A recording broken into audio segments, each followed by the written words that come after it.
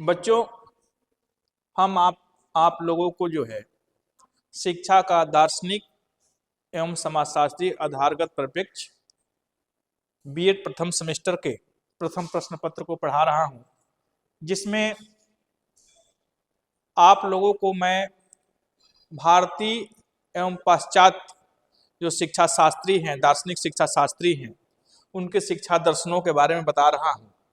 थोड़ा सा पहले उनका जीवन परिचय, इसके बाद उनका शैक्षिक दर्शन या शिक्षा के क्षेत्र में जो उनके दर्शन उन्होंने दिया है, जो विचार दिया है शिक्षा के क्षेत्र में, उसका अनुप्रयोग करके शिक्षा के जो प्रारूप को हम अच्छा बनाने में कैसा अनुप्रयोग करेंगे या प्रयोग करेंगे, इसके बारे में अध्ययन कर रहे हैं। सबसे पहले मैंने आप लोगों को जगत गुरु शंकराचार्य के बारे में पढ़ाया था, भारतीय दार्शनिक है।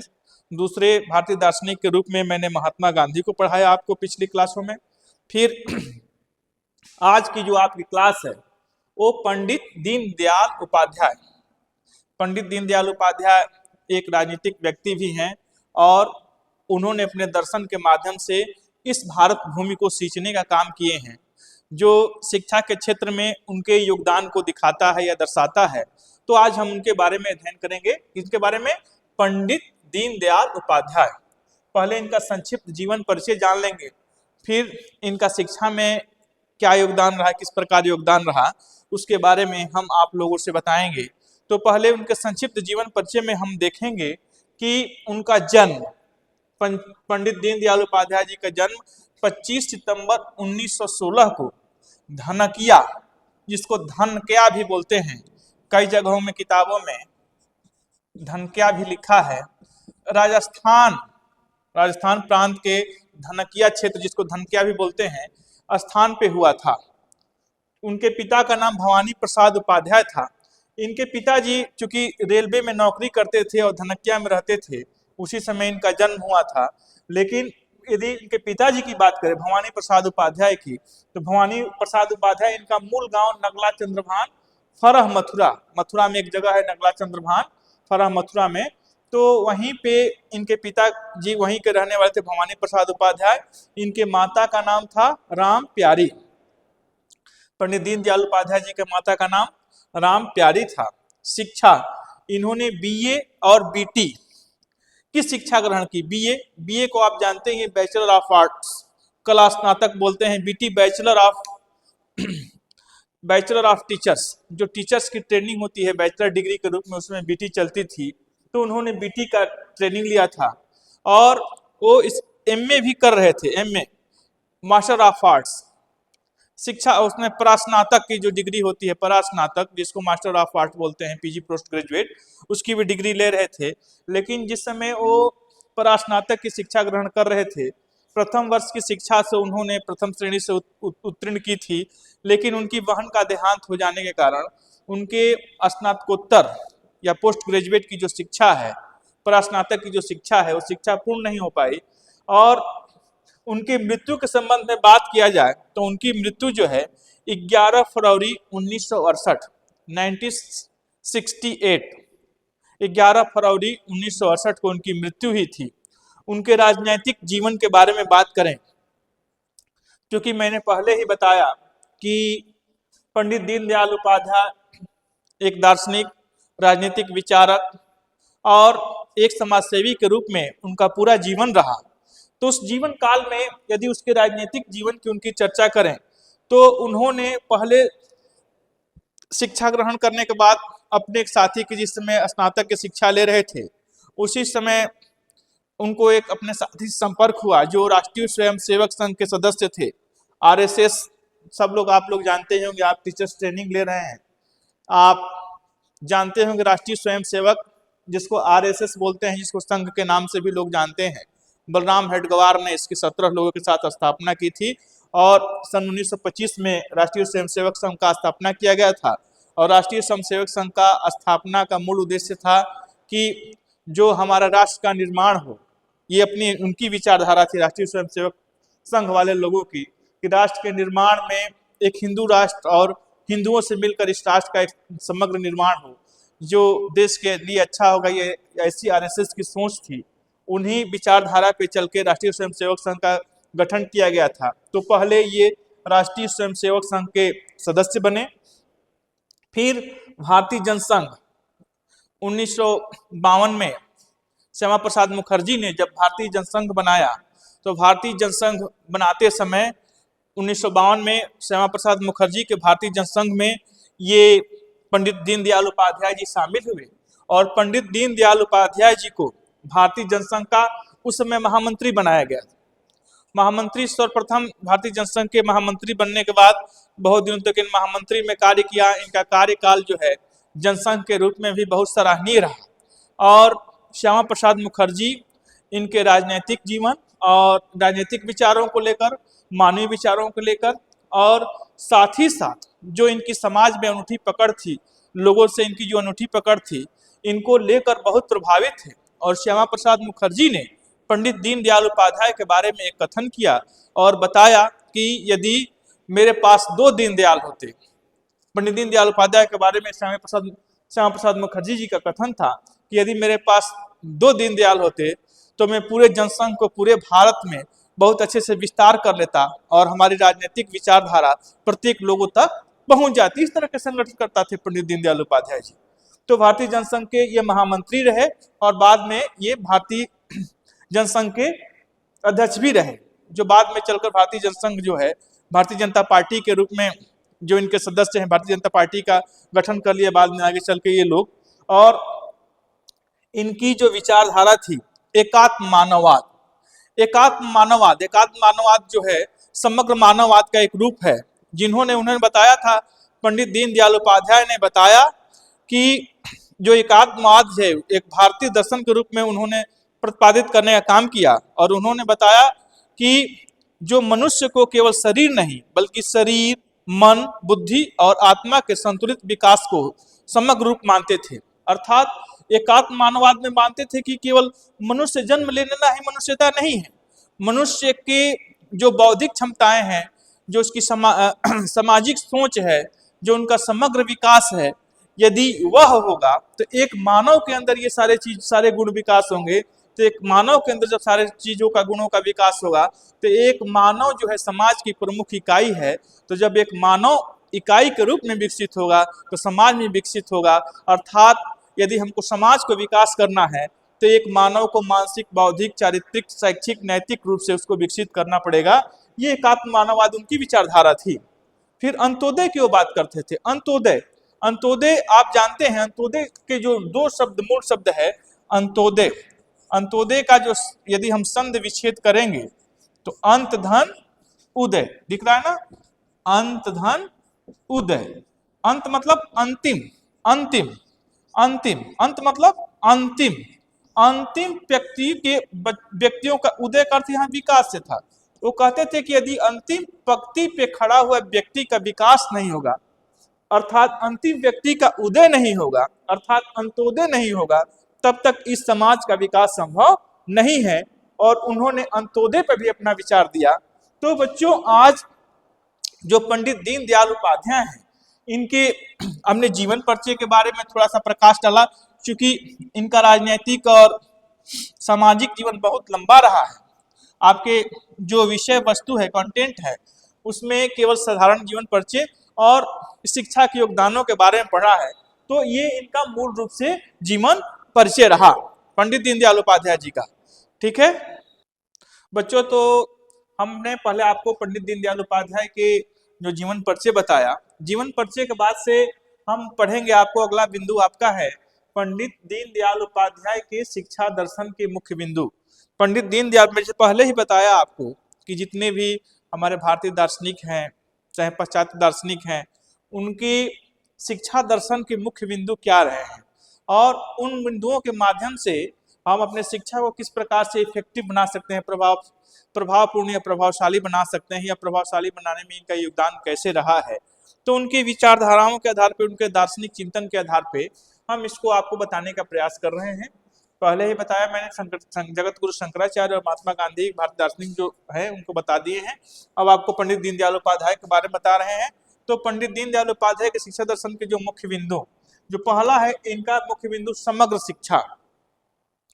पंडित दीनदयाल उपाध्याय जो है समग्र शिक्षा की बात करते थे। समग्र समग्र मतलब होता है इंटीग्रल। इंटीग्रल एजुकेशन, समग्र शिक्षा मतलब शिक्षा ऐसी होनी चाहिए जो सब कुछ अपने आप में समाहित, इंटीग्रेटेड की बात करते थे, सब कुछ एक में समाहित हो, अर्थात वो समावेशी शिक्षा को समाहित करना चाहते थे, व्यवसायिक शिक्षा को समाहित करना चाहते थे, नैतिक एवं चारित्रिक शिक्षा को समाहित करना चाहते थे, और ऐसी शिक्षा जो बच्चों के बौद्धिक विकास में अपना सहयोग प्रदान करे, ऐसी शिक्षा को समाहित करना चाहते थे। अर्थात जो समग्र शिक्षा का इनका कॉन्सेप्ट था, जो समग्र शिक्षा का इनका संप्रत्यय था, वह यह था कि शिक्षा ऐसी होनी चाहिए जो समस्त पहलुओं को अपने में समाहित करते हुए शिक्षा देने का कार्य करे। तो इनका समग्र शिक्षा का कॉन्सेप्ट था कि सभी प्रकार के शिक्षाओं को, चाहे वो बौद्धिक शिक्षा हो, चारित्रिक एवं नैतिक शिक्षा हो, चाहे व्यावसायिक शिक्षा हो, समावेशी शिक्षा जिनको इंक्लूसिव एजुकेशन बोलते हैं, जो इंक्लूसिव एजुकेशन यह बात करता है कि शिक्षा सबके लिए, सबकी शिक्षा की बात करता है।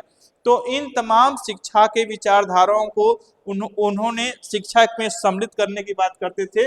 अर्थात हमेशा से पंडित दीनदयाल उपाध्याय समग्र शिक्षा की बात करते थे। तो पंडित दीनदयाल उपाध्याय के शिक्षा दर्शन के मुख्य बिंदु में पहला बिंदु है समग्र शिक्षा, जिसको हमने बताया आपको। दूसरा है व्यवहारिक एवं ग्रामीण शिक्षा। व्यवहारिक शिक्षा, शिक्षा ऐसी होनी चाहिए जो व्यक्तियों के व्यवहार में परिवर्तन लाए। जैसे आपको पहले बताया भी गया है कि शिक्षा का अर्थ है मनुष्य के व्यवहार में परिवर्तन लाना, और यदि हम शिक्षा ग्रहण करते हैं और हमारा अधिगम नहीं हो रहा, अधिगम का अर्थ होता है सीखना, तो अधिगम जब हम सीखेंगे तो हमारे व्यवहार में क्या दिखाई पड़ेगा? परिवर्तन दिखाई पड़ेगा। तो यदि शिक्षा हम ग्रहण करते हैं और हमारे व्यवहार में परिवर्तन दिखाई नहीं पड़ रहा है, ये बदलाव नहीं हो रहा है, हम अच्छी चीजों को नहीं सीख रहे हैं, तो हमें शिक्षा लेना, हमारी शिक्षा लेना क्या है? बेकार है। बौद्धिक क्षमता का हमारा विकास अभी हो नहीं रहा है। अर्थात हम केवल किताबी शिक्षा ले लें और हमारे व्यवहार में परिवर्तन ना हो तो वो शिक्षा बेकार है। हमको नैतिक, चारित्रिक, सामाजिक, जीविकोपार्जन की शिक्षा, हमारे व्यवहार में परिवर्तन दिखना चाहिए।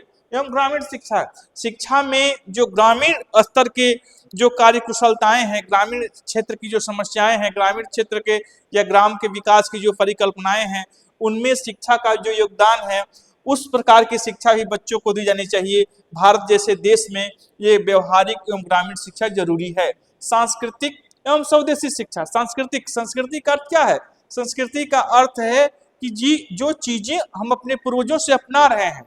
हमारे भारत की संस्कृति जो है बहुत बड़ी संस्कृति रही है, और इस संस्कृति के माध्यम से आप समाज के अंदर देख रहे हैं कि विभिन्न प्रकार के क्रियाकलाप, विभिन्न विचारधाराओं के मानने वाले लोग, विभिन्न धर्मों के मानने वाले लोग, विभिन्न संप्रदायों को मानने वाले लोग, विभिन्न जातियों के लोग अलग अलग होते हुए भी, अलग अलग संस्कृतियों का पालन करते हुए भी हम समस्त भारतवासी एक हैं। तो जो भारत की पुरानी संस्कृतियां रही हैं, उन संस्कृतियों के बारे में भी बच्चों को शिक्षा दी जानी चाहिए कि हमारी संस्कृति क्या रही है, और उस संस्कृति का प्रभाव और असर हमारे दैनिक जीवन पे, नैतिक जीवन पे क्या पड़ रहा है।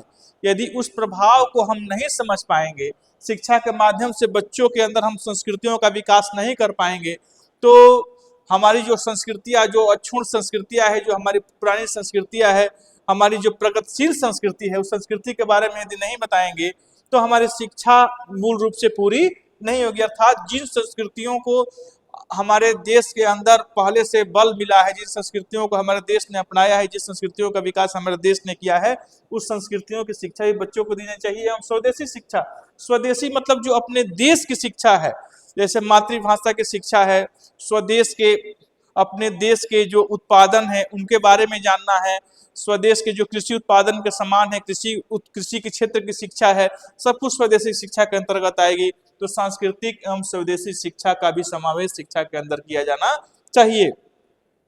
आत्मनिर्भरता एवं राष्ट्र निर्माण। आत्मनिर्भरता एक बहुत बड़ी संप्रत्यय है, बहुत बड़ा संप्रत्यय है।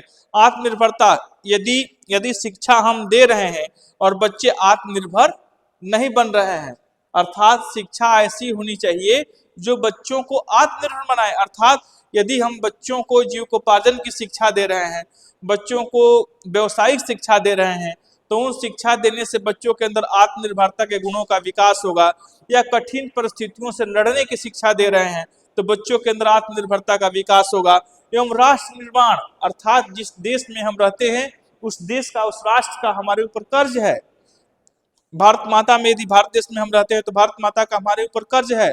तो हम राष्ट्र की एकता की रक्षा कैसे करें, अखंडता की रक्षा कैसे करें और अच्छे राष्ट्र निर्माण में हमारी क्या भूमिका होनी चाहिए, इस प्रकार की शिक्षा भी जो है बच्चों को दी जानी चाहिए। तो ये यही शिक्षा आत्मनिर्भरता एवं राष्ट्र निर्माण की शिक्षा की बात करता है। और पांचवा है मूल्य आधारित शिक्षा। ये अंतिम है आपका शिक्षा दर्शन का मुख्य बिंदु, मूल्य आधारित शिक्षा। मूल्य को कीमत भी कहते हैं। मूल्य को अंग्रेजी में वैल्यू कहते हैं। वैल्यू जो शब्द है लैटिन भाषा के वेलेर शब्द से बना है। कई किताबों में इसको VELER भी दिया है, कई किताबों में VALER दिया है, RE वेलेर। तो वैल्यूर लैटिन भाषा का शब्द है जिसका मूल शब्द क्या है, वैल्यू का अर्थ क्या होता है, कीमत अर्थात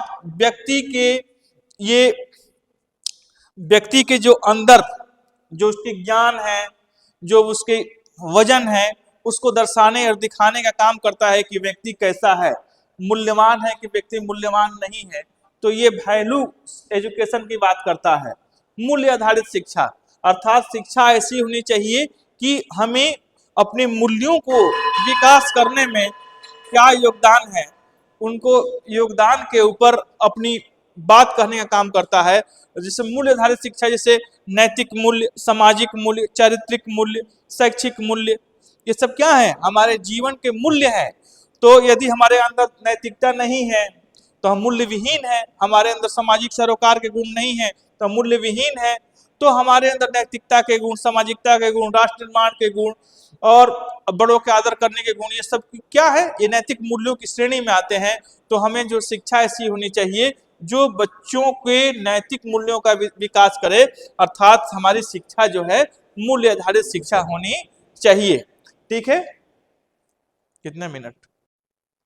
अभी आप लोगों को हमने बताया कि इनके शिक्षा दर्शन के बारे में, पंडित दीनदयाल उपाध्याय जी के शिक्षा दर्शन के बारे में। अब आपको जो उनकी आधुनिक प्रासंगिकता है, प्रासंगिकता का अर्थ होता है कि यह हमारे लिए कितना प्रासंगिक है, उपयोगी है, इसका उपयोग हम किन किन क्षेत्रों में कर सकते हैं। तो जो आधुनिक परिप्रेक्ष्य है, मॉडर्न जो एरा है हमारा, आधुनिक युग है, आधुनिक युग में पंडित दीनदयाल उपाध्याय की शिक्षा को हम कैसे प्रासंगिक बना रहे हैं, इसके बारे में आप लोगों को मैं बता रहा हूँ। आधुनिक प्रासंगिकता आपका मुख्य बिंदु है, हेडिंग है।